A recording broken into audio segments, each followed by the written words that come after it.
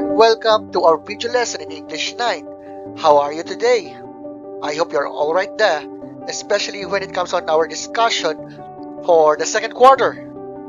And by the way, before anything else, I hope you have reviewed your lessons, or maybe there are some of you who are maybe, let's say, in Filipino, parang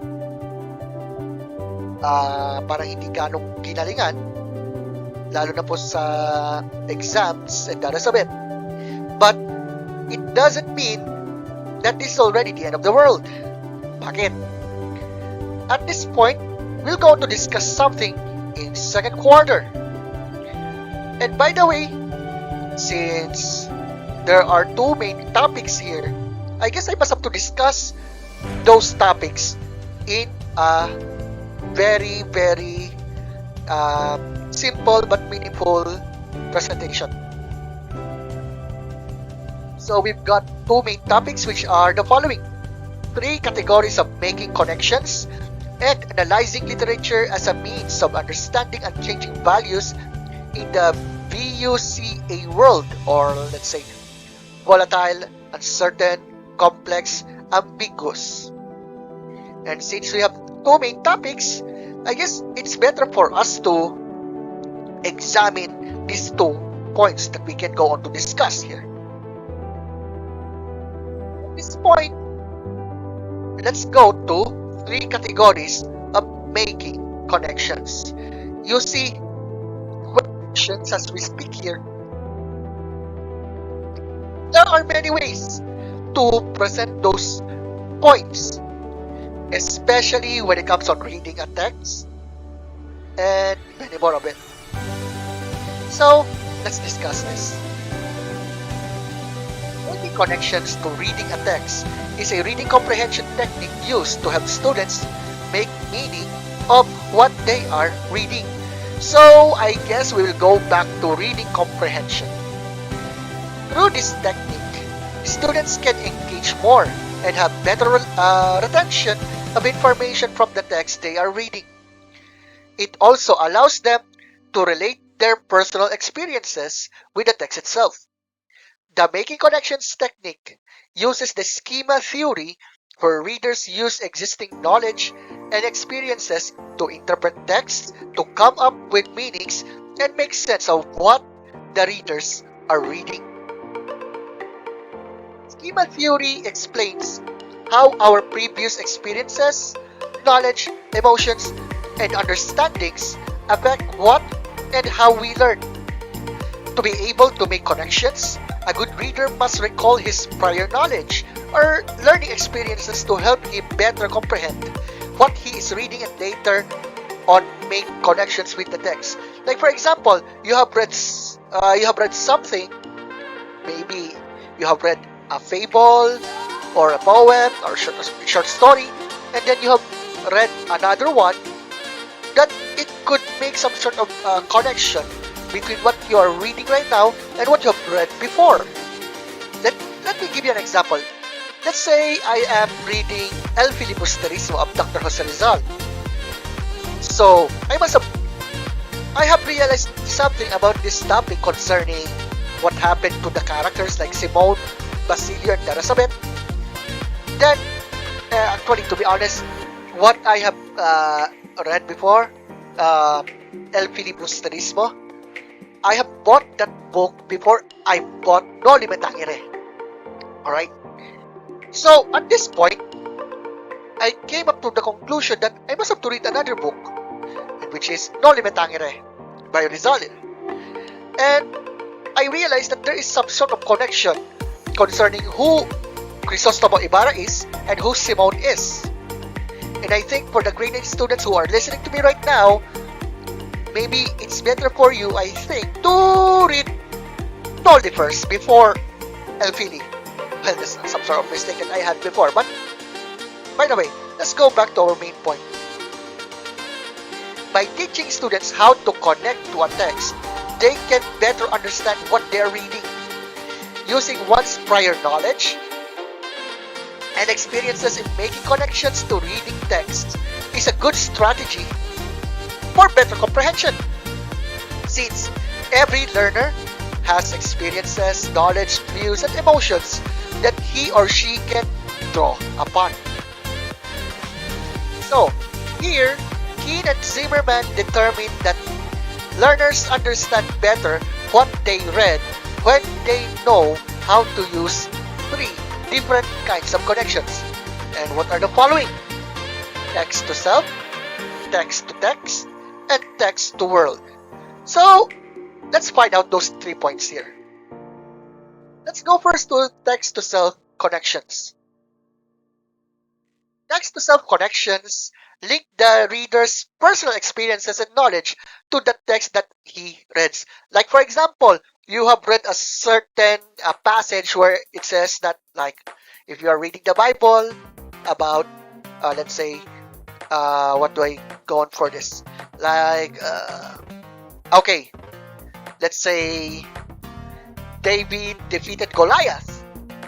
Goliath was a giant while David is some sort of small guy.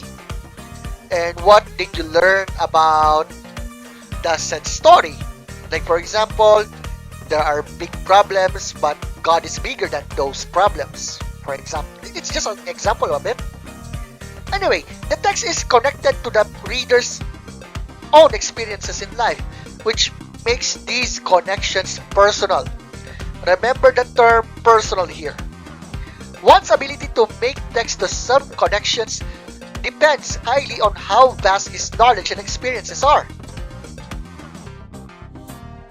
Therefore, a reader with a wide range of knowledge and an extensive array of experiences in life will be able to give more insights, views, and connections with the text he is reading than a reader with only limited experiences and knowledge, and is more likely to struggle in making connections with the text he is reading. In other words, if you are going to read a certain text, sometimes there are some sort of a connection between what you have read and what you have experienced. Like, for example, when it comes to reading short stories or novels, sometimes there are some sort of connection between what you have read and what you have experienced before. Remember, we are talking about text-to-self connections. We are talking about what you have read and what is the connection on what you have experienced, so to speak. So at this point, let's go to the examples of a text-to-self connection so that you may understand what we are talking about here. First, it says, when I was in 7th grade, I moved to a new school as Janet did in this book. Wherein, it sounds like the said reader had some sort of a plan to move to another school, like what he had read or what she had read in a certain book.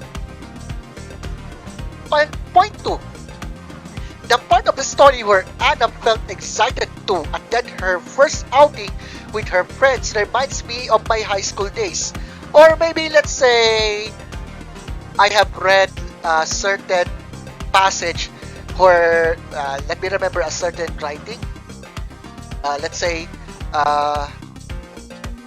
how Ibarra in Noli Me Tangere, while he introduced himself in front of everybody on the maybe first or second chapter of Noli, it reminds me on how to treat other people nicely and how to introduce with gentleness and respect, so to speak. If you will go to see this, my friends, especially to the students here, sometimes it's either you are planning something based on what you have read, or it reminds you something about it. That's what that's what text-to-self connection talks about. How about another one, which is text-to-text connections? Keene and Zimmerman, these people are the ones who proposed this, of this topic, I could say for that. They pointed out that this type of connection, which is text-to-text connections, happens when a student can connect what he or she is reading to other reading materials that he or she has to read to or listen to before. In other words, in text to self, you are connecting yourself in what you have read. But in text to text, you are connecting to what you have read to other books or other reading materials, so to speak. There are times when a student reads, he or she is reminded of other familiar details like books of the same writer, storyline, under a similar genre or topic. He or she may also make connections to the writer's style or commonalities of writing in general across writers, main ideas, plots, themes, characters, events, conflicts of two different reading materials. A student can gain insight during reading by thinking about how the details of a story he or she is reading connect to other familiar books. You see, text-to-text connections are fully applied when a student associates what he or she has read, from one text to another text.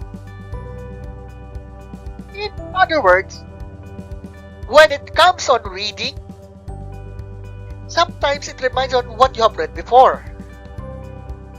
This is how it works. Like what you have seen in the following examples. Like, I think Maria McKeely has the same characteristics as the protagonist of the story I read last time about the guardian spirit of a mountain.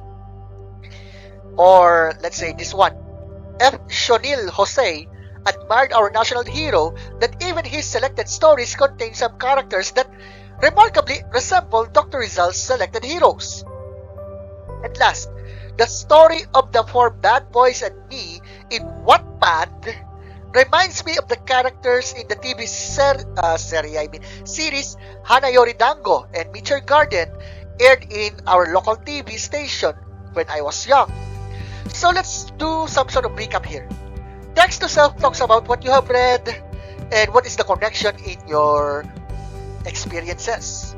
While on text to text, you're talking about what you have read or what you have watched or what you've listened and what is the connection of some books or articles that you have done before.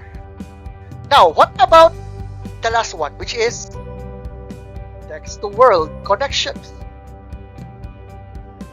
These happen when a student connects characters, events, or concepts in a text or book with real-life people, events, or other phenomena. I just thinking about a certain book named The Wreck of Titan that was written in the late 19th century. And then there is some sort of harsh coincidence concerning on the sinking of Titanic in 1912. We can talk about that also. Anyway, this is a connection to a historical period, figure, or important events in the past, and it covers contemporary events that may be occurring at the present in the world. Text-to-world connections are the larger connection that a student brings to a reading situation. Often, text-to-world connections are used in science, social studies, and literature. Like what you have seen here. Like this article reminds me of an event that happened around the 1950s taught by my social studies teacher. Next, the old newspaper I read from the library is surprisingly happening to the world at the present time. And lastly, another one example here. The information written in my book is different from what they broadcasted in the news. In short, when you're reading something, it sounds like that it reminds you of what happened in the present or even in the past, based on the situations that happen in the world today. Like for example, you have read a certain quote like ang kabataan ng pag-asa ng bayan from Rizal, and yet you are comparing to what happened in the world today. So at this point, what are the points that we must have to consider? Point 1. In text to self, you are talking about how you connect yourself or maybe your experiences in what you have read. In text to text, you're comparing to what you have read to what you have read before or what you have watched before. And lastly, text to world, where it is some sort of broad spectrum, wherein it reminds you about what you have read and what happened in the world today. So, this is our lesson, or maybe the first lesson that we have discussed in English right now. And I hope you have learned a lot about this topic. And I think it's better for me to discuss those 3 points here instead of making some sort of lesson 1, lesson 2, lesson 3, since those 3 points were in some sort of similar points that we can consider. Anyway, I hope you have learned a lot of this, and I hope and I'm praying that you have learned about it. So, thank you so much, guys, for listening, and I hope you will go on to review this lesson. So, see you guys in our next video lesson.